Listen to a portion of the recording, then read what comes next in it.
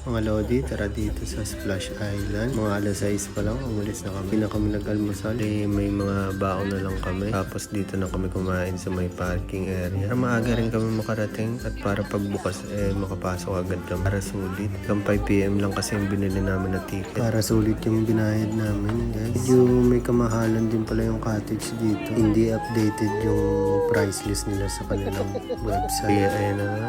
Naglakad-lakad na kami para ma-survey namin yung lugar. And then kids area, malapit lang pala to dun sa aming cottage. Hindi rin naman yung mga adults dito. Mama ko dyan na rin nagbabad ng bandang hapon na. May mga schedule pala yung mga opening ng swimming pool dito. Tulad nitong wave pool, 30 minutes lang siya nag-ooperate.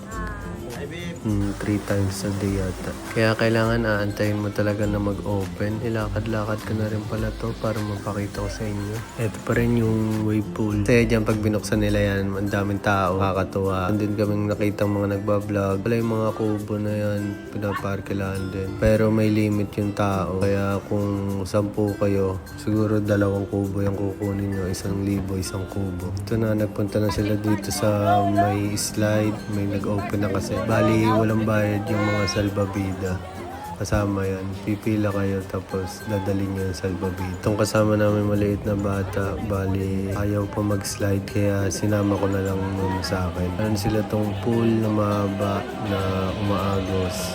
Parang lazy river. Libre lang din yung mga salbabida pero paunahan na lang. Pag may nakita kang salbabida tapos walang nakasakay, ibig sabihin, pwede mo na yung kunin. Maganda dito maglakad-lakad dito sa Lazy River kasi malilim. 400 pala yung entrance namin dyan.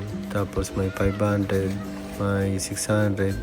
Libre rin yung mga yung mga birth month. Tapos yung kasama ng mga may birth month, may discount sila. Maraming mga discount, senior citizen, mga estudyante, PWD. Basta wag nyo lang kakalimutan yung mga katibayan, student ID, yung PWD ID, senior citizen ID.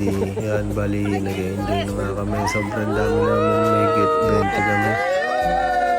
Mami nandito, naglalakad sila dun sa Lazy River. Ang ganda ng slide nila. Bawal pala dito magpasok ng pagkain, saka mga soft drinks, kung ano inumin. Pwede lang 1 tumbler na tubig, 1 tao. Tapos may mga tinda sila dito sa loob. Pwede na rin, sakto lang yung presyo. May tinda rin pala sila ditong, alam mo na, yung gusto ng mga matatanda. Kaso syempre, medyo pricey siya. Pero no choice eh. Pwede rin kayo lumabas dito, isang best lang sa isang araw. Bali ginamit namin yun para magtanghalian kami kasi may mga pagkain pa kaming naiwan sa van. Sayang naman, papanis.